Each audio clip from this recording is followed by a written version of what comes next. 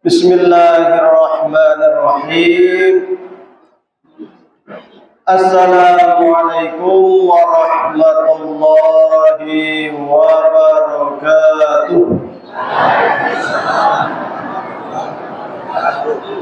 Alhamdulillahi rabbil alamin. Alhamdulillahilladzi ja'alana ummatan muhammadiyatan wasata linakuna syuhada bainan nasi yawmal qiyamah walladzi an'amana bi ni'matil imani wal islam wal ukhuwah wassalamah wal karamah wa amarna bitamassuk bi kitabillahi wa sunnati rasulillah wa awjaba alaina al-amra bil ma'rufi wan nahyi 'anil munkar wa asyhadu an la ilaha illallah wahdahu la syarika lah lahul mulku wa lahul hamdu yuhyi wa yumiitu wa huwa 'ala kulli syai'in qadir wa asyhadu anna Muhammadan 'abduhu wa rasuluhu alladzi qad ballagha ar-risalah wa adda al-amanah wa kashafa al-ummah wa jahada fillahi haqqa jihadihi hatta ataahu al-yaqin. Allahumma shalli 'ala sayyidina wa maulana Muhammadin wa 'ala alihi wa sahbihi ajma'in wa man tabi'ahum bi ihsanin ila yaumiddin, amma ba'du. Yang sama-sama kami hormati Ketua Ranting Muhammadiyah Keranggan, terus nggih? Nggih, Keranggan 2. Ketua Ranting Aisyah Keranggan 2, Jamaah Muhammadiyah yang berbahagia, puji syukur kehadirat Allah Subhanahu wa taala. Pada siang hari ini kita sama-sama dapat berkumpul bersilaturahmi, mudah-mudahan mendapatkan barakah dari Allah Subhanahu wa taala. Salawat serta salam semoga tetap tercurahkan kepada junjungan kita Nabi Agung Muhammad sallallahu alaihi wasallam. Jamaah sekalian yang kami hormati, sebuah kebanggaan bagi kami pada siang hari ini diberi kesempatan untuk berbagi di Keranggan. Ini awalnya saya mikirnya Keranggan Temanggung. Saya baru nyadar itu beberapa hari lalu. Pas ngobrol-ngobrol, Keranggan, istri saya sudah buletin Keranggan Batang. Enggak, Keranggan itu Temanggung, Keranggan Batang gitu. Tapi itu saya bangun Keranggan itu ya Temanggung, masih ngeyel, salah ngeyel lagi. Akhirnya baru kemarin lusa itu ngobrol-ngobrol, dicek di Google Map. Kok nggak ada di Keranggan Temanggung ininya itu, desanya itu, alamatnya itu nggak ada. Ketemunya di sini itu. Akhirnya saya pastikan ke panitia, ini benar Keranggan Batang ya katanya. Benar deh. Baru nggak ternyata tempatnya di sini. Untung saja saya cari di Google. Kalau nggak saya ke sana ke Temanggung saya. Ya alhamdulillah. Ini kali kedua saya ke Batang. Sebelumnya pernah di Limpung. Ya, di sana juga luar biasa. Di sini juga alhamdulillah luar biasa. Kalau kita, tempat saya itu tinggi di lereng gunung, ketinggian 1175, siang malam dingin. Kalau saya udah mandi ini, saya mandi keringat, luar biasa panasnya. Tapi alhamdulillah semangatnya juga luar biasa. Insya Allah barokah, amin. Dapat ilmu yang bermanfaat, amin. Ya. Dulu saya di Mu'alimin, Madrasah Mu'alimin Muhammadiyah, 3 tahun sanawiyah. alihnya terbang ke Mesir. Ternyata ijazahnya tidak diakui. Ulang lagi SMP-nya di sana, SMA-nya di sana, S1-nya di sana, S2-nya di sana. Nggak kerasan. Barangkali karena tanahnya Nabi Yusuf ya. Jadi tahu-tahu sudah 26 tahun. Ya. Jadi Mesir itu kalau ada 10 orang, 10 perempuan gitu, itu yang cantik 20. Bayangane ayang-ayangane emelu ayu. Iya, karena keturunan Nabi Yusuf sama Zulaikha. Anak dewi kan keturunan Gajah Mada. Ngakoni wae gitu kan. Jadi 10 orang cantik, yang cantik satu itu pun pas-pasan gitu. Jadi luar biasa kalau di sana jika keagamaannya, semangat ngajinya, ulamanya luar biasa. Maka nggak kerasa tahu-tahu udah 26 tahun di Mesir, baru pulang kisaran setahun setengah. Mendirikan pondok di lereng gunung, namanya pondok pesantren Al-Muflih, konsentrasi ngaji kitab. Jadi masuk SMP itu ketemunya udah bahasa Arab, nggak ada bahasa Indonesia. Jadi, ngaji kitab kuning karena ingin mencetak kader ulama. Karena memang saya ini kalau hari Ahad suka keliling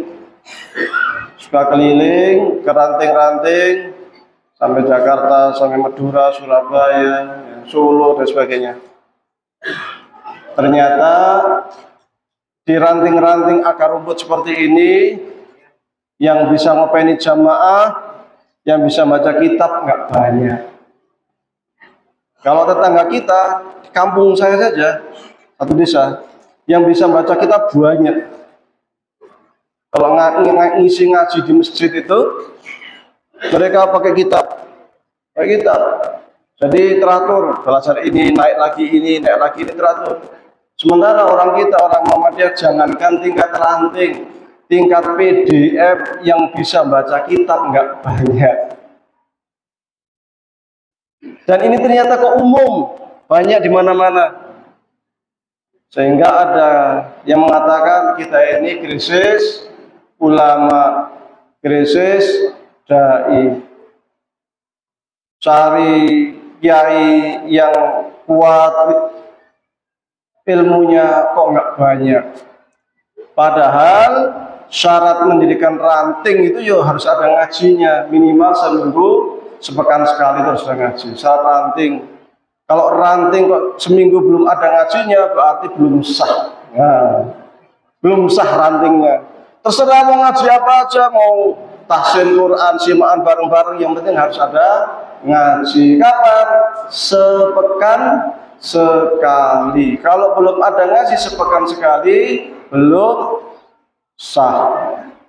Ya, maka kemudian kita buatlah pondok yang memang konsen ngaji kitab kuning supaya santrinya bisa paham. Maka kita insya Allah 24 bulan sesama santri sudah bisa lah ngomong bahasa Arab. Karena wajib ya. Untuk ijazah formalnya dari SMP Muhammadiyah dan SMA Muhammadiyah kita indukkan. Tapi di situ di pondok udah pokoknya di pondok ngaji kitab untuk memperdalam agama. Sama sekalian yang kami hormati, dan dari beberapa kali atau sering kali saya keliling, itu ada beberapa keprihatinan saya di akar rumput. Jadi di akar rumput itu jamaah-jamaah yang paling bawah itu ternyata bukan hanya sulit cari pembicara buat ngaji, tapi yang ngaji itu rata-rata balita. Balita. Bukan balita, atas 50 tahun. Kalau balita kan bawah 50 tahun ya.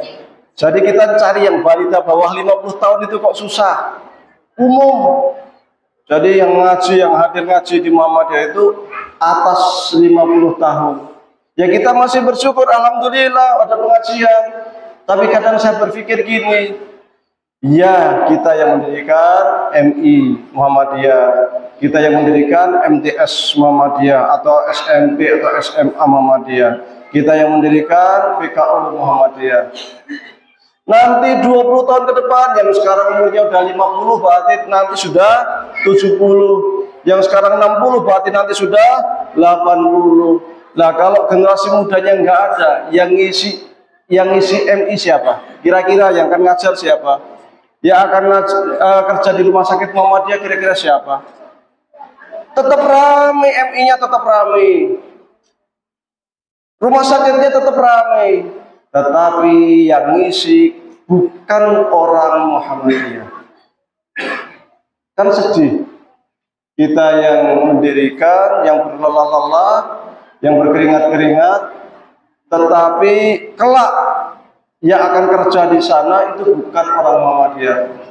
30 tahun kemudian, tatkala orang-orang yang sekarang ini duduk di sini itu sudah tiada, Muhammadiyah tinggal nama, tinggal pelang.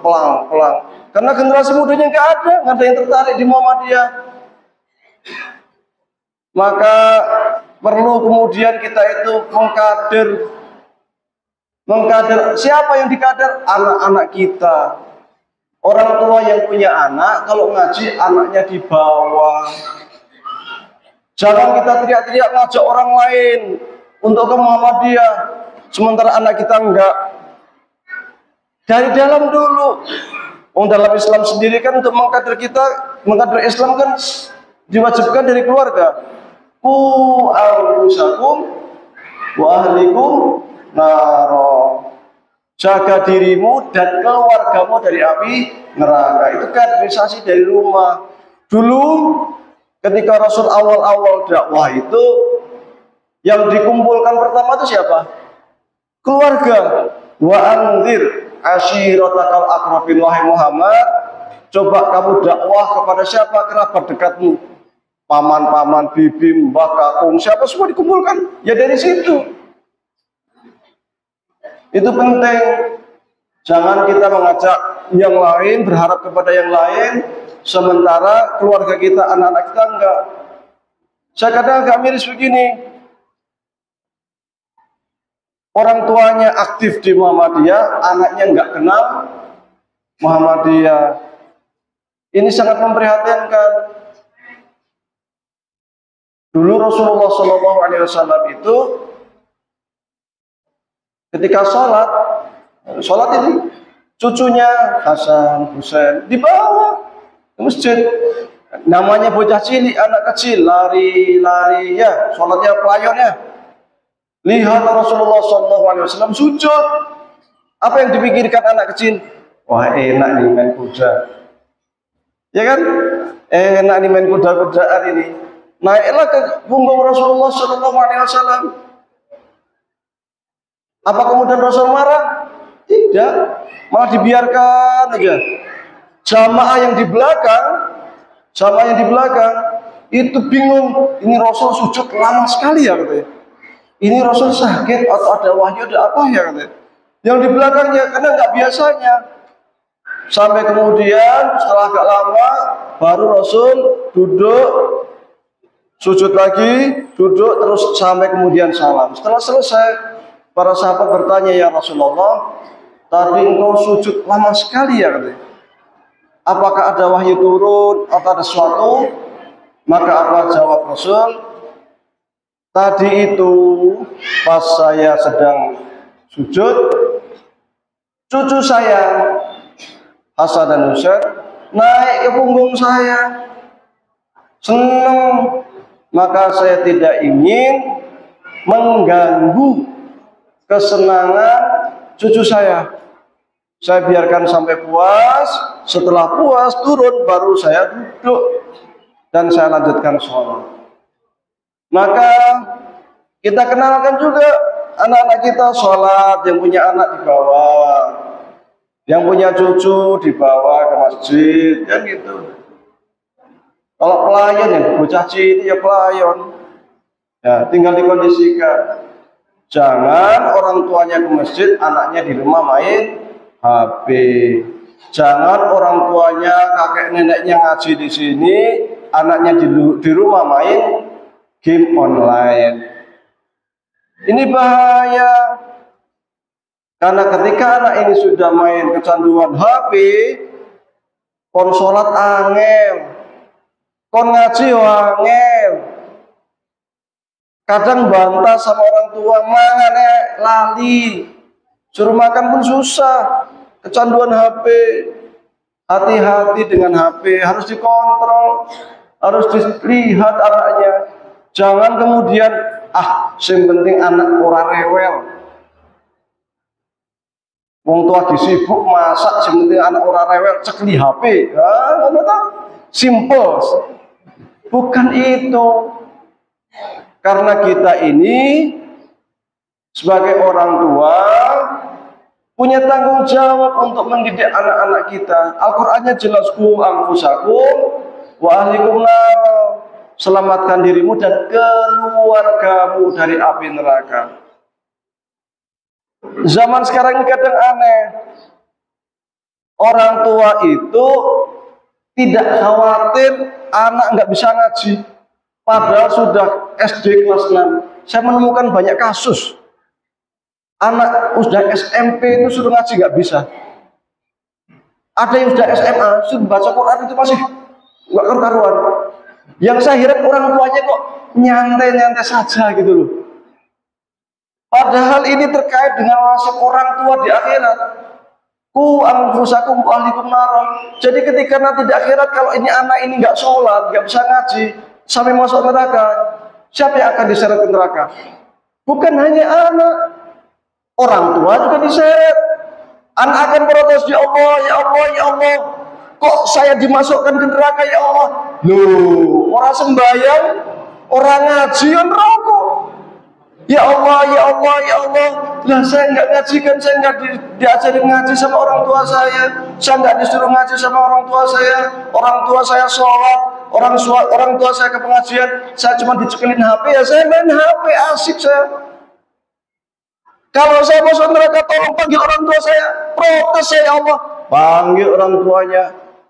Benar ini anakmu dulu waktu di dunia nggak disuruh ngaji. Benar. Kenapa? Soalnya suka rewel. Biar nggak rewel tak kasih HP. Wis menang. Nah kan gitu. Akhirnya anaknya nggak bisa kasih. Orang urusan. Ya sudah, kalau orang urusan sekarang anakmu masuk neraka, kamu ikut masuk neraka sana. Masuk neraka bersama anaknya. Ini anak amanah. Apalagi kita gerakan Muhammadiyah, katanya kita gerakan dakwah. Bukan hanya dakwah loh. Amar ma'ruf nahi mungkar. Loh, amar ma'ruf nahi mungkar yang paling dekat kepada siapa? Keluarga, anak-anak kita. Lebih berat lagi yang berlandaskan kepada Al-Quran dan Sunnah. Abot meneh. Quran sudah bahasa Arab pun ngaji angel. Jangan sampai pengurus Muhammadiyah pengurus suruh jadi imam sholat raiso. Nah, ini kan lebih memalukan lagi. Kan dari khutbah Jumat khotib raiso, padahal pengurus Muhammadiyah jangan sampai. Wong jargonnya jelas, gerakan dakwah, amar ma'ruf nahi mungkar, berpegang teguh kepada Al-Quran dan Sunnah. Jelas. Tapi sekarang masalahnya, kalau cari pengurus sing ngajine apik, angel. Jo akhirnya apa? Sing penting sapa sing gelem dadi pengurus. Kan gitu. Nah ini harus menjadi kesadaran bersama. Yang sudah terjadi tidak masalah, tetapi kita harus berpikir, sok ben ki Muhammadiyah tak titipkan ke siapa ya? Kalau saya nggak ada nanti, kalau kita yang tua-tua itu nggak ada nanti, kira-kira yang akan pegang siapa ya? Jangan kita egois. Nek ora ono nyong, bahasa kita. Nek ora ono nyong Muhammadiyah nang iki ora maju. Enggak begitu. Kalau bukan karena saya nggak ada MI Muhammadiyah, kalau nggak karena saya nggak ada MTS Muhammadiyah, itu cara berpikirnya. Kita itu berpikir ya apa yang sudah kita infakkan kita lupakan, seperti kita pergi ke kamar mandi, pergi ke WC, habis buang hajat lupa bentuk koyo ngopo yo. Ora usah diingat-ingat. Waduh, mambengi mangan sate kok tak buang, sayang. Nggak usah diingat-ingat, keluarkan. Kan gitu. Lupa, itulah ikhlas yang sesungguhnya. Kita infak untuk bangun MI, itulah ikhlas yang sesungguhnya. Orang sedih ungkit-ungkit. Kadang kita aneh. Ya ini tidak terjadi di semua tempat ya, tapi saya menemukan di beberapa tempat. Apa itu kasus MI Muhammadiyah atau MTS Muhammadiyah Yang jadi guru pokoknya harus dari keluarga sana. Soalnya apa? Yang banyak berwakaf dari sana. Nah, ini kan nggak bisa. Ada ranting Muhammadiyah cabang malah. Saya temukan juga di daerah Banjar sana. Ada itu. Yang jadi ketua cabang itu dari keluarga itu saja. Yang jadi ketua Aisyahnya juga dari itu saja. Soalnya apa? Ternyata dia penyandang wakaf terbesar. Kan itu. Jadi kalau bukan takut jamaahnya, engko nek dheweke enggak jadi pengurus nanti yang biayai Muhammadiyah sopo gitu. Nanti Muhammadiyahnya mati kan gitu. Maka harus kita tumbuhkan sikap, orang tua pun harus menumbuhkan sikap, kalau saya meninggal harus ada generasi setelahnya. Saya percayakan untuk anak muda. Sekarang sudah tua, sekarang yang ketua rantingnya yang muda-muda, yang jadi ketua Aisyahnya yang muda-muda, kan itu. Sehingga ada regenerasi. Orang tuanya tetap mendukung dari kejauhan, dukung terus. Karena kalau tidak ada regenerasi, tidak ada kita mau melimpahkan ke yang muda, nanti kita nggak ada, ambruk Muhammadiyahnya. Jangan sampai terjadi. Insya Allah kalau di sini aman. Tapi saya lihat di banyak tempat seperti itu. Banyak sekali. Jadi yang ngaji tua-tua, saya kadang sering tanya kalau ngaji seperti ini pemudanya mana ya? Satu. Ini NA-nya mana ya? Ini tuh serius. Jadi saya dua ini sertakan NA dan PM. Kenapa kalau saya ngaji kok semangatnya semua orang tua semua 60 tahun, 50 tahun, 70 tahun. Pemudanya kemana? Nasihatul Aisyahnya kemana? Loh, kita kan gerakan dakwah, amar ma'ruf nahi munkar. Mestinya kan kita yang paling semangat menghidupkan masjid, ya kan? Mestinya jamaah paling soft 1, soft 2 itu orang Muhammadiyah semua mestinya. Jargon kita kembali ke Quran Sunnah, amar ma'ruf nahi munkar, tapi pemudanya dijadi di masjid susah. Dan ini banyak terjadi itu. Sering sekali saya temukan itu. NA-nya suruh ngaji susah. Jadi kalau pengajian NA-nya itu nggak nampak.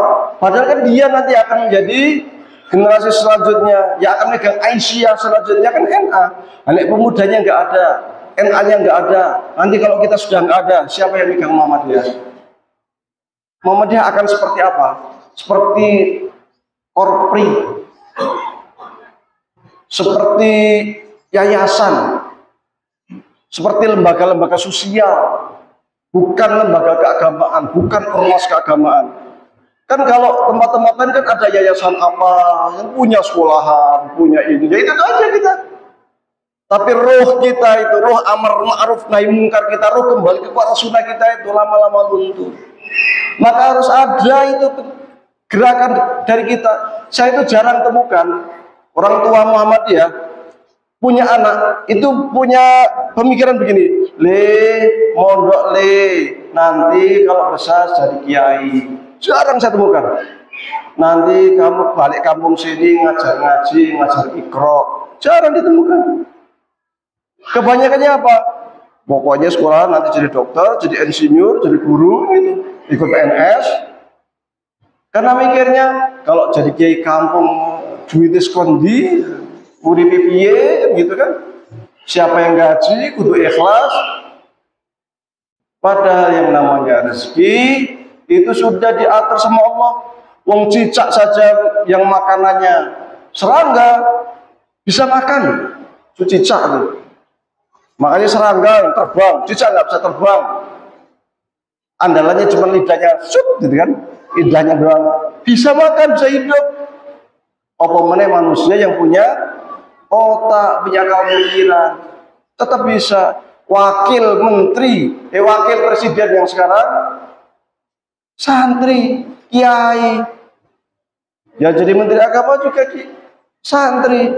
Yang di anggota dewan juga banyak dulu yang orang-orang santri. Pak Deni Samsudin sini juga santri. Jadi soal jadi jabatan, jadi apa itu Allah sudah ngatur. Semuanya jadi atur oleh Allah Subhanahu wa taala. Maka harus ada kesadaran kita, harus ada yang opini, harus ada dari jamaah Muhammadiyah yang tafaqquh fiddin. Jangan sampai pas pemilihan ketua pimpinan ranting, sopo yo yang jadi ketua yo. Nah, kalau sekarang sudah bingung cari ketua ranting, terus 5 tahun, 10 tahun, 20 tahun yang akan datang seperti apa? Apa nggak runtuh kita? Akhirnya Muhammadiyah jadi kenangan dulu. Wah, dulu di ranting Keranggan ramenya minta ampun Muhammadiyah. Nah, gitu. Kan sedih kalau kayak gitu. Kalau hanya bilang dulu, sekarangnya bagaimana kan gitu. Maka kita harus pikirkan itu, jangan hanya berpikir dulu, tapi juga berpikir sekarang dan nanti kelak. Kelak akan jauh lebih baik, kelak akan lebih luar biasa kan gitu. Harus ada kesadaran. Ini baru sederhana soal kaderisasi. Belum kita ngomong tentang ideologi, belum kita ngomong tentang paham Muhammadiyah. Yang namanya Jamaah Muhammadiyah, saya coba kesana kemari itu, yang tahu HPT itu sangat sedikit. Yang di sini, yang punya kitab HPT angkat tangan. Yang punya kitab Himpunan Putusan Tarjih angkat tangan. Mungkin nggak banyak. Iya, punya tapi nggak banyak, nggak semua punya. HPT itu harganya berapa? 29.000, 2 mangkok bakso. Kalau bakso sama keluarga 100.000 langsung habis ya. Tapi untuk beli HPT berat. Padahal itu ideologi kita. Fatwa Tarjih yang sekarang udah 9 jilid. Apalagi kan gitu. Langganan Suara Muhammadiyah tidak kan. Maka saya sering sampaikan AUM, Amal Usaha Muhammadiyah, harus punya yang namanya semua produk tarjih. Ya kalau produk tarjih bukan kita yang baca, emang orang lain yang suruh baca? Kan nggak mungkin. Orang di luar Muhammadiyah suruh baca Suara Muhammadiyah, kan nggak mungkin. Orang luar Muhammadiyah yang suruh baca fatwa-fatwa majelis tarjih, kan nggak mungkin. Kita yang harus baca. Karena sekali buat putusan itu miliaran dana yang dikeluarkan. Hanya ingin buat keputusan. Kunut itu subuh ada enggak ya? Cuma itu saja. Ada enggak kunut subuh? Buat musyawarah nasional, majelis tarjih. Dananya miliaran. Terus setelah dananya miliaran diputuskan, akhirnya apa? Yang di bawah nggak dikaji. Kan sayang. Siapa yang akan mengaji selain kita? Ini terkait ideologi. Maka namanya di sini MI. MI itu wajib ada yang namanya produk tarjih, wajib langganan Suara Muhammadiyah, minimal 1 AUM atau Masjid Muhammadiyah. Nanti produk-produknya dipajang. Nanti siapa yang masuk ke Masjid Muhammadiyah bisa baca hasil putusan majelis tarjih. Karena kalau kita yang mengkaji, sopo meneh yang mau mengkaji orang kita sendiri nggak mau, apalagi orang lain. Ini maka harus dimulai dari mana? Dari kita, dari keluarga kita, dari kajian-kajian seperti ini. Saya kalau di tempat saya ngaji HPT itu seminggu sekali, setiap malam Sabtu malam Ahad ngaji HPT.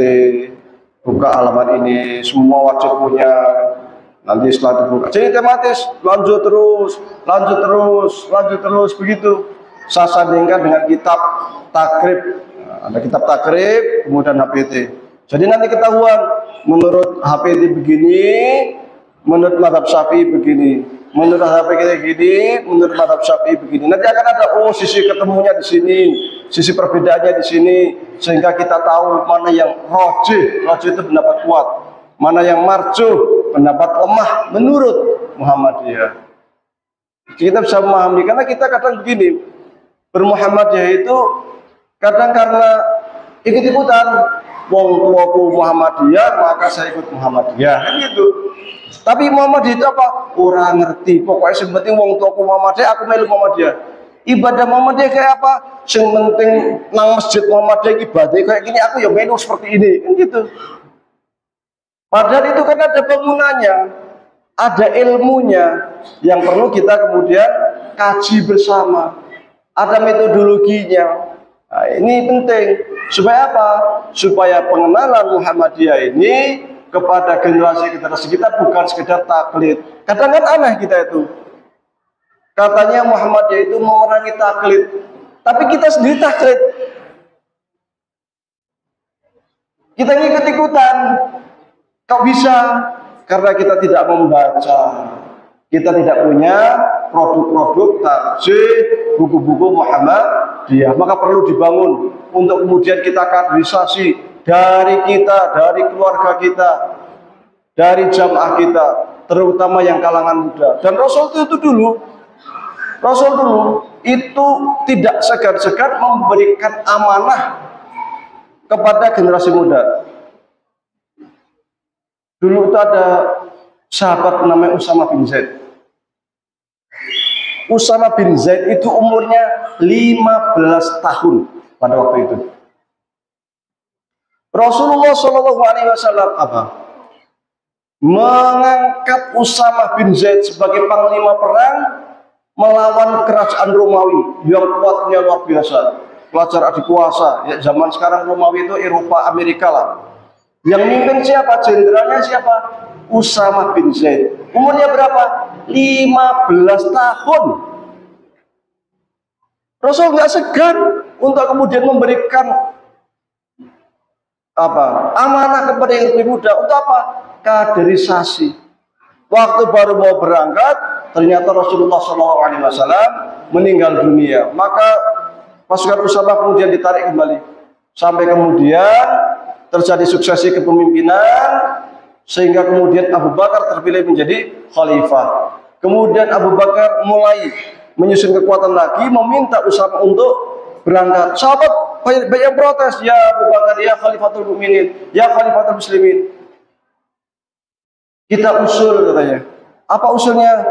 Masa Usama yang jadi pemimpin kita, umurnya masih 15 tahun. Mbok ya yang lain kan banyak tuh sahabat-sahabat senior yang lebih besar, yang lebih tua, yang punya kelebihan lebih dan sebagainya lah. Apa kata Abu Bakar? Demi Allah, saya tidak pernah akan menurunkan seseorang yang itu diangkat oleh Rasulullah SAW.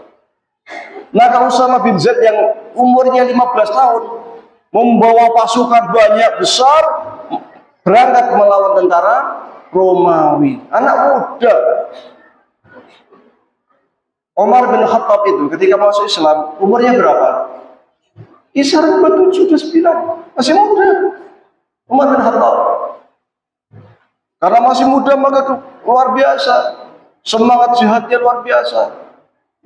Para sahabat juga yang membela Islam juga muda-muda. NA-nya lah kalau sekarang itu. Dulu itu yang diantara yang menyelamatkan Rasulullah SAW pada perang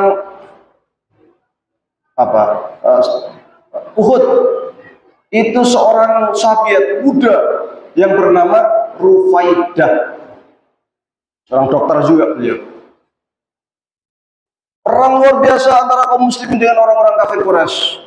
Kaum muslimin terdesak. Ketika kondisi kaum muslimin terdesak, maka orang-orang kafir Quraisy berusaha untuk membunuh Rasulullah SAW. Kesempatan emas. Mumpung kaum muslimin lemah, mumpung kalah, serang. Luar biasa Rasul sampai giginya patah. Ketika melihat kondisi seperti itu, Rufaidah yang tugas pokoknya, tugas aslinya itu sebagai kalau zaman sekarang itu bulan sakit ya, palang merah atau bulan sakit, ngobati orang sakit, ngobati orang terluka. Nah itu melihat kondisi seperti itu, ambil pedang, langsung maju, berada di depan Rasulullah SAW, ikut berperang membela Nabi Muhammad SAW, mengusir kaum musyrikin yang hendak membunuh Nabi Muhammad. Pendekar luar biasa, supaya mantili ya, pendekar wanita luar biasa. Masih muda itu, Rufaidah. Ada zaman Abu Bakar As-Siddiq juga pernah pasukan kaum muslimin, satu batalion perempuan semua juga pernah terjadi. Di mana waktu itu jenderalnya itu di bawah pimpinan Khalid bin Walid, bawahnya itu ada satu batalion khusus perempuan yang dia itu menyerang Romawi. Ternyata satu yang batalion perempuan itu ditangkap sama Romawi. disekap satu tempat. Tapi luar biasa, pasukan-pasukan wanita ini tanpa pedang. Pada malam hari mereka dalam penyekapan, mereka rapat musyawarah, kita harus melepaskan diri. Kita harus keluar dari sini. Ternyata mereka memilih apa? Melihat tenda. Tenda-tenda itu kan dipasaknya pakai kayu. Mereka punya ide, pasak-pasak tenda itu dicopot, digunakan untuk melawan tentara Romawi, bukan pedang, kayu. Akhirnya bisa lepas. Padahal waktu itu Khalid bin Walid sudah bingung. Waduh, pasukan wanita kita tangkap, jenderalnya ketangkap, pemimpinnya ketangkap, kita harus segera melepaskan mereka. Sudah membuat strategi untuk menyelamatkan mereka. Tapi ternyata ketika hendak berangkat, pasukan wanita itu sudah datang dari tengah-tengah pasukan Romawi. Selamat. Dan ini adalah jenderal-jenderal, para tentara-tentara wanita masih muda-muda. Ya, nasihatnya lah. Luar biasa. Jadi giat, semangat jihad. Dicontohkan oleh yang pertama dulu dicontohkan oleh Sayyidah Khadijah, dicontohkan oleh Bunda Aisyah, dan diteladani oleh para sahabiat lainnya. Jadi yang menjadi di dosen pun ada. Sayyidah Aisyah itu muridnya para sahabiat banyak. Para sahabat yang berguru kepada Sayyidah Aisyah juga banyak. Dan Aisyah itu nikah kan umur berapa? 9. Ketika Rasul meninggal tuh masih muda beliau. Belum 20 tahun. Jadi masih muda sekali. Makanya beliau itu sampai zaman Ali bin Abi Thalib masih hidup. Umurnya panjang karena memang nikahnya muda. Ini Aisyah. Dan beliau menjadi teladan kita semuanya. Maka kemudian Muhammadiyah pun ada wanita, gerakan wanita yang namanya Aisyah untuk meneladani sahabiat istri Rasulullah SAW yang bernama Aisyah, yang cerdasnya luar biasa, pinternya luar biasa. Nah, tapi ya pencemburu. Aisyah ini pencemburu. Pernah suatu kali Rasulullah SAW malam-malam jam 12 lah kalau zaman sekarang keluar rumah. Keluar rumah. Maka Bunda Aisyah itu lihat, Rasul keluar mau kemana ini? Jangan-jangan mau ke istri yang lain. Malam ini kan jatah sama saya. Jatahnya sama saya kok keluar gitu. Rasul keluar, Aisyah bangun, Rasul jalan, dibuntutin lah sama Bunda Aisyah pelan-pelan, kemana ini gitu. Ternyata Rasul ke Baqi. Baqi itu kuburan. Yang di situ banyak sahabat yang meninggal, dikuburkan di situ. Kalau ada yang umroh atau haji bisa melihat samping Masjid Nabawi itu ada namanya kuburan Baqi. Nah, ada kuburan Baqi. Nah, itu di situ para sahabat. Dulu Rasul suka ziarah. Malam-malam Rasul di situ berdoa. Setelah ziarah, kemudian Rasul pulang. Ketika mau pulang, Aisyah melihat, Rasul sudah selesai berdoa, maka segera ke rumah. Rasul lihat, kok ada item-item isopo yang membuntuti saya. Maka Rasul langsung jalannya cepat ingin mengejar Ibunda Aisyah. Aisyah tahu, Rasul jalannya cepat, saya harus cepat lari. Akhirnya Bunda Aisyah cepat. Ketika Bunda Aisyah cepat, Rasul makin cepat. Bunda Aisyah lari. Kan? Ketika Bunda Aisyah lari, Rasul kejar lari kan gitu. Masuk rumah jeblek, langsung masuk kamar pura-pura tidur. Tutupan selimut gitu kan. Nah, Rasul kehilangan jejak. Lari kemana itu orang kan ya kan? Akhirnya Rasul masuk rumah, masuk kamar, lihat Bunda Aisyah masih tidur, tapi napasnya kok. Rasul curiga, ini kok napasnya tersengal-sengal nih. Dari mana? Jangan-jangan keluar ini, jangan-jangan dari luar ini kan? Dibangunin sama Bunda Aisyah, bangun dari mana? Akhirnya ketahuan lah saya dari luar membutuhti Rasulullah SAW. Nah itu Bunda Aisyah luar biasa, wanita yang cerdik, cerdas, perawi hadis terbanyak nomor 2 setelah Abu Hurairah. Jadi seorang dosen lah, seorang dosen. Dan Bunda Aisyah ini juga pernah memimpin perang atau pernah memimpin demonstrasi melawan Ali bin Abi Thalib. Waktu terjadi perpecahan antara Ali dengan Aisyah terkait dengan siapa yang membunuh sahabat Utsman bin Affan. Nah, ini artinya apa? Bahwasanya gerakan muda itu sejak Rasul itu dididik benar. Rasul itu mendidik generasi muda, entah yang laki-laki, entah yang perempuan. Itu memang dibentuk benar. Sejak di Mekah bahkan. Di Mekah itu selama 13 tahun, yang masuk Islam pertama-tama itu rata-rata kalangan muda. Termasuk ketika Rasul sudah hijrah, yang masuk Islam juga kebanyakan orang muda, termasuk sahabat Amr bin As, Abdurrahman bin Auf, Abu Bakar dan Rasul itu umurannya selisihnya cuma 2 tahun. Utsman, Ali apalagi masih muda, masih kecil. Maka perlu kita mencontoh Rasul. Ketika Rasul itu mengkader orang sejak muda, maka kita juga harus mengkader orang-orang yang akan menggantikan kita di Muhammadiyah kelak sejak muda. Jangan sampai estafet ini hilang.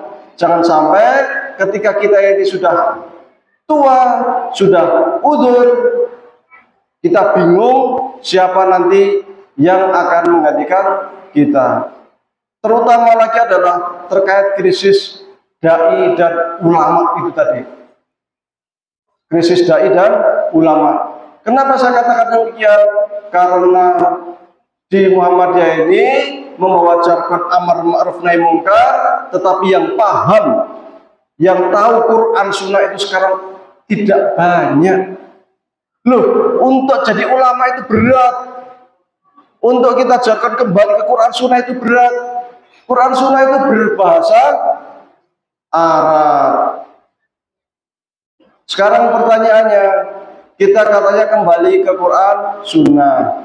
Al-Quran Sunnah berbahasa Arab. Di sini yang bisa bahasa Arab berapa orang? Ya kan bisa dihitung jari. Apakah kita akan kembali ke Quran Sunnah terjemahan? Beda. Terjemahan itu bukan Al-Quran. Terjemahan ya terjemahan. Dan beda membaca Al-Quran yang langsung berbahasa Arab kita paham dengan kita membaca terjemahan. Itu sangat berbeda. Karena kalau kita paham bahasa Arabnya, jadi tahu, oh, kenapa kok sholat itu taraweh Muhammadiyah hanya 8 rakaat. Kenapa kalau yang di tetangga kita 23? Kenapa kok kita pakai hisab? Kenapa kok yang lain pakai ru'yah? Kenapa kita nggak pakai kunut? Kenapa yang lain pakai kunut? Kenapa kita nggak pakai usoli? Kenapa yang lain pakai usoli? Itu kan implikasi karena kita paham bahasa Arab. Jadi bisa membuka kitab-kitab kuning, bisa mutolaah, bisa membandingkan. Nah, kalau kita nggak bisa bahasa Arab nggak mungkin. Maka akhirnya apa? Rujuk ke Quran Sunnahnya enggak, bukan ke Quran Sunnah, tapi kembali ke Quran terjemah. Nah, ini kan menjadi sesuatu yang miris itu. Kita kabotan jeneng istilahnya itu. Terlalu berat membawa ideologi, terlalu berat membawa ajaran kembali ke Quran Sunnah, tetapi ternyata disodorin Al-Quran bingung, disodorin Al-Quran Sunnah bingung. Dan untuk paham Al-Quran, para ulama kita itu juga tidak sederhana. Sampai nulis tafsir, sampai nulis ulumul Quran, sampai nulis banyak sekali buku. Hadis pun ada syarahnya. Sampai Bukhari Muslim disyarah, Muslim disyarah, Arba'in Nawawi disyarah, dan lain sebagainya. Untuk memahami apa? Memahami hadis Nabi. Nah, kalau kita nggak bisa bahasa Arab, gimana memahami gitu? Akhirnya nanti khawatirnya itu gitu, Muhammadiyah tinggal nama ini sangat berbahaya. Maka perlu kemudian kita itu menyadari untuk apa? Supaya adalah anak-anak kita ini yang konsentrasi belajar agama, yang tafaqquh fiddin. Kalau sekiranya mikir, wah mondok larang ya. Ya kalau mahal ditanggung oleh PRM, tapi kontrak nanti setelah kamu lulus pondok harus balik ke sini ngopeni jamaah, kan gitu. Jadi ditanggung PRM, nanti balik ke PRM-nya? Bisa, sangat bisa. Karena tidak semua pondok mahal. Tempat saya 700 bulan. Saya sering sampaikan, nek ora iso gratis. Wah, dilalai orang PRM gak mau danai, silakan bawa ke tempat saya gratis. Demi apa?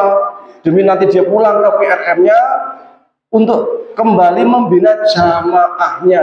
Karena memang kondisi kita sudah mengkhawatirkan, sangat mengkhawatirkan. Saya kalau ke sana kemari lihat pengajian kok yang datang itu 50 tahun, 60 tahun ke atas, deg-degan saya itu, khawatir saya itu. Ke depan itu kayak apa kita? Ya akan jadi Muhammad itu seperti apa? Ya akan megang kita itu bagaimana? Deg-degan saya. Bukan takut amal usaha Muhammadiyah itu kosong, enggak, saya enggak takut. Bukan takut rumah sakit Muhammadiyah kosong, saya enggak takut. Tapi khawatir yang megang rumah sakit bukan orang Muhammadiyah, yang megang sekolah bukan orang Muhammadiyah. Dan ini sering terjadi. Bahkan ada selentingan, sering sekali selentingan, itu kan Masjid Muhammadiyah, kok sekarang direbut sama mereka? Direbut sama kelompok ini, direbut sama kelompok itu.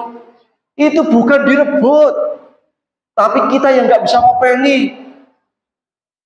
Jamaahnya cuma berapa, yang ini cuma nggak, kita nggak bisa ngopeni. Ada orang datang ngopeni, dibuatlah pengajian, dibuatlah halaqah, ada tahsin Quran, ada ngaji ba'da subuh, atau ada ngaji ba'da isya. Setelah banyak rame, bingung kita, loh, ini kan Masjid Muhammadiyah kok ngisi kok kae? Itu kan dia bukan Muhammadiyah, baru nyadar. Itu dia nggak ngerebut, tapi memakmurkan masjid kita yang kosong. Karena kita sendiri nggak bisa memakmurkan masjid. Maka sebelum masjid-masjid kita dimakmurkan orang lain, kita makmurkan sendiri. Kita buat kajian sendiri.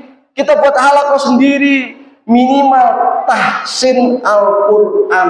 Untuk remajanya, untuk pemudanya, untuk NA-nya. Jangan gengsi mengaji. Saya di Al-Azhar, di Masjid Al-Azhar, itu ada syekh, kiai. Murid-muridnya antri untuk hafalan Quran. Yang antri ini siapa? Ada yang umurnya 5 tahun, ada yang umurnya 10 tahun, ada yang umurnya 20 tahun, ada yang 60 tahun, ada yang 70 tahun. Jadi 70 tahun ngantri ngaji setoran Al-Quran, depannya ini 5 tahun. Gak gengsi. Masa saya kan udah tua, udah 60 tahun, masa saya ngaji sama anak yang 5 tahun, yang enggak ada. Yang namanya menuntut ilmu tuh enggak ada kata gengsi. Ulama kita dulu tuh biasa, orang lebih tua ngaji kepada yang lebih kecil, kalau dia itu lebih alim, itu biasa. Imam Syafi'i menjadi mufti, menjadi guru, menjadi dosen, umur 15 tahun. Murid-muridnya Imam Syafi'i, ulama-ulama besar. Kiai-kiai besar, tapi secara keilmuan Imam Syafi'i lebih luar biasa. Mereka nggak gengsi, waduh saya kok ngasih sama Imam Syafi'i yang baru 15 tahun. Nggak pernah bilang itu. Imam Suyuti pun demikian, menjadi mufti, menjadi dosen umur 17 tahun. Yang duduk di bawah dia itu para kiai-kiai besar. Tapi kiai-kiai besar itu sadar, saya ini masih kalah alim dengan Imam Suyuti yang umurnya 17 tahun. Yang ngaji bareng. Jadi jangan sekali-kali kita merasa bosan atau gengsi, wah harus gua kok ngaji kan caci izin. Nah ini nggak ada. Yang namanya talabul ilmi fardhu ala kulli muslimin, itu melekat. Menuntut ilmu wajib kepada setiap muslim itu melekat pada diri kita, yang muda maupun yang tua. Dan ngaji seperti ini, itu malaikat itu berada di sekitar kita luar biasa banyaknya. Yastaghfirullahu man fis samawati wa man fil ard. Yang mereka itu semuanya yang ada di langit dan ada di bumi berkumpul di sini untuk apa? Mendoakan kerahmatan, mendoakan supaya semua jamaah yang di sini diampuni oleh Allah Subhanahu wa taala. Karena yang orang thalabul ilmi itu statusnya fahuwa fi sabilillah. Dia itu statusnya persis seperti orang yang sedang berjuang di medan perang, yang sedang berjihad di sabilillah. Jadi ketika orang Palestina berjihad melawan Yahudi mati-matian sampai keluar darahnya, mengorbankan jiwanya, kita bisa berjihad dengan pahala persis seperti Hamas, dengan pahala persis seperti para pejuang Palestina. Dengan apa? Datang ke majelis ilmu ini. Kalau mereka keluar darah, kita keluar keringat. Kelak keringat kita ini akan ditimbang di akhirat. Kelak tinta yang kita tulis di buku yang punya catatan akan ditimbang di akhirat. Sama persis seperti orang-orang mujahid, orang-orang Hamas berjihad di jalan Allah, syahid, darah-darah mereka kelak akan ditimbang di hari kiamat sebagai wujud kebaikan. Kita statusnya sama, jihadnya sama. Bedanya mereka jihad angkat senjata, kita jihad untuk mencari ilmu pengetahuan. Karena menuntut ilmu ini adalah sebuah kewajiban yang melekat. Karena ayat yang pertama kali turun juga, Iqra bismi rabbikal ladzi khalaq. Baca, baca, belajar, belajar. Jangankan kita, Nabi Musa saja, Nabi lu, oleh Allah kamu belajar. Gara-gara apa? Pernah Nabi Musa ngajarin santri-santrinya dengan wawasan yang luar biasa. Santri-santrinya langsung bilang gini, Masya Allah, Nabi Musa luar biasa, ilmunya luar biasa. Tanya, wahai Nabi Allah, kayaknya engkau ini orang terpandai di muka bumi. Nabi Musa jawab, ya kan saya Nabi, ya kan saya Rasul, ya saya paling pandai. Langsung ditegur oleh Allah, wahai Musa, engkau ini bukan orang terpandai di muka bumi. Belajar lagi kamu, belajar lagi, cari guru. Pokoknya tempatnya antara dua sungai sana, cari sana. Kaget Nabi Musa, ternyata seorang Nabi pun masih diwajibkan untuk belajar. Akhirnya dia dengan salah satu santrinya yang bernama Yusuf bin Nun dengan membawa ikan, karena ikan ini akan menunjukkan siapa gurunya, lari jalan ke sana kemari berhari-hari, berbulan-bulan mencari seorang guru untuk belajar, yang pada akhirnya ketemu dengan seorang guru yang bernama siapa? Nabi Khidir. Yaitu seorang nabi lu. Suruh sinau meneh, apa meneh dewi, apalagi kita. Maka jangan bosan-bosan untuk kemudian kita hidupkan majelis ilmu kita, kajian kita. Kalau selapanan alhamdulillah jalan, mingguannya juga wajib jalan. Ngaji apa? Silahkan tahsin Al-Quran, atau silahkan buka-buka HPT dikaji bersama, atau fatwa tarsi juga bisa dikaji bersama. Tayyib, mudah-mudahan bermanfaat. Semudah-mudahan apa yang kita sampaikan, apa yang kita berikan menjadi pelajaran buat kita semuanya. Sebelumnya mari kita berdoa bersama. Allahumma shalli ala sayyidina Muhammadin fil awwalin, Allahumma shalli ala sayyidina Muhammadin fil akhirin, Allahumma shalli ala sayyidina Muhammadin fil malil a'la fid din. Hamdan syakirin, hamdan na'imin, hamdan yuafi ni'amahu wa yukafi masidah. Ya Rabbana lakal hamdu kama yanbaghi li jalali wajhika wa 'azimi sultanik. Rabbana taqabbal minna salatana wa siyamana wa ruku'ana wa sujudana wa tadarruana wa takhashshana wa ta'abbudana wa tammim taqsirana ya Allah ya Rabbal alamin. Rabbana ighfir lana dhunubana wa li walidayna warhamhum rabbana shighara. Allahumma inna nas'aluka 'ilman nafi'an wa 'amalan mutaqabbala wa rizqan halalan thayyiban. Allahumma inna na'udzubika min ilmin la yanfa' wa min qalbin la yakhsha wa min nafsin la tashba' wa min du'ain la yustajab laha. Rabbana la tuzigh qulubana ba'da idh hadaytana wa hab lana min ladunka rahmah innaka antal wahhab. Rabbana hab lana min azwajina wa dhurriyyatina qurrata a'yun waj'alna lil muttaqina imama. Allahumma inna nas'aluka salamatan fid din wa 'afiyatan fil jasad wa ziyadatan fil ilmi wa barakatan fil rizqi wa tawbatan qabla al-maut wa rahmatan indal maut wa maghfiratan ba'da al-maut. Allahumma hawwin 'alaina fi sakaratil maut wa najjina minan nari wal 'afwa 'inda al-hisab. Allahumma a'inna 'ala dzikrika wa syukrika wa husni ibadatik. Allahumma ajirna minan nar. Allahumma innaka 'afuwun karimun halimun tuhibbul 'afwa fa'fu 'anna. Allahumma aslih lana dinana alladhi huwa 'ismatu amrina wa aslih lana dunyana allati fiha ma'ashina wa aslih lana akhiratana allati ilayha ma'adina waj'al al-hayata ziyadatan lana min kulli khair واجعل موتى راحة لنا من كل شر. اللهم أرنا الحق حقا وارزقنا اتباعه وأرنا الباطل باطلا وارزقنا اجتنابه. يا حي يا قيوم برحمتك نستغيث. يا حي يا قيوم برحمتك نستغيث. يا حي يا قيوم برحمتك نستغيث. اللهم انصر الإسلام والمسلمين. اللهم انصر المجاهدين في فلسطين نصرا عزيزا. اللهم ثبت أقدامهم. اللهم أنزل عليهم السكينة والمغفرة والرحمة. اللهم ارحم أمة محمد. اللهم دمر اليهود فإنهم أعداءك أعداء الدين. اللهم شتت شملهم وفرق جمعهم وزوج دولتهم واجعل أموالهم غنيمة للمسلمين. اللهم عليك باليهود. اللهم أنزل عليهم العذاب من عندك إنك على كل شيء قدير. اللهم اصرفنا العذاب. اللهم اصرفنا.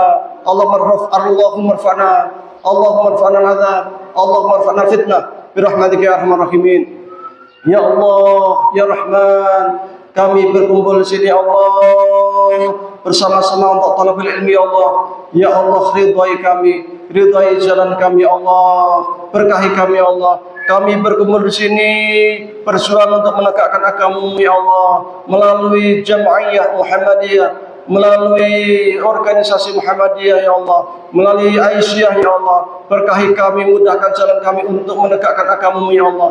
Ya Allah, ampuni dosa-dosa kami ya Allah, dosa orang tua kami ya Allah, dosa anak-anak kami ya Allah, dosa kerabat-kerabat kami, dosa kaum muslimin, baik mereka yang sudah mendahului kita maupun mereka yang masih bersama kami ya Allah.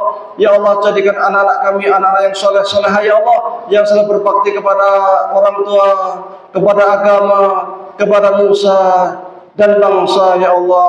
Ya Allah, Ya Rahman Ya Rahim, berikanlah rezeki-Mu kepada kami Allah, limpahkan rezeki-Mu kepada kami Allah. Rezeki yang masih jauh dekatkan ya Allah, yang sudah dekat barokahkan ya Allah, yang masih di langit turunkan, yang masih jauh di bawah bumi naikkan ya Allah ya Rabbal Alamin. Rezeki yang halal, yang barakah, sehingga kita bisa berziarah ya Allah ke Mekah dan Madinah untuk melakukan taqarrub ibadah haji kepada ya Allah. Ya Rahman Rahim, mudahkan segala urusan kami ya Allah, mudahkan segala keinginan kami ya Allah. Angkat derajat kami, dunia kami, akhirat kami. Tetapkan iman Islam kami. Mudahkan ketika kami kelak menghadapi ya Allah, ketika kami sakaratul maut. Ya Allah ya Rahman Rahim, sabbit qalbi alal iman, sabbit qalbi alal iman. Ya Allah, mudahkan kami ya Allah untuk berpegang teguh selalu kepada Kamu ya Allah. Ketika kelak kami di alam kubur, mudahkan kami ketika menghadapi fitnah kubur ya Allah. Selamat kami dari fitnah kubur ya Allah. Ketika kami dibangkitkan kelak ya Allah, dibangkitkan bersama para nabi, para orang-orang soleh, para syuhada, para solihin, para aulia ya Allah ya Rabbal Alamin. Ya Allah, mudahkanlah kami untuk mendapatkan syafaat-Mu ya Allah, syafaat dari Nabi-Mu ya Allah. Izinkan kami kelak bersama Nabi-Mu untuk menuju Al-Haud, menuju telaga Rasulullah SAW. Izinkan kami untuk seteguk dapat meminum air telaga yang Kau berikan kepada kanjeng Nabi Muhammad SAW ya Allah.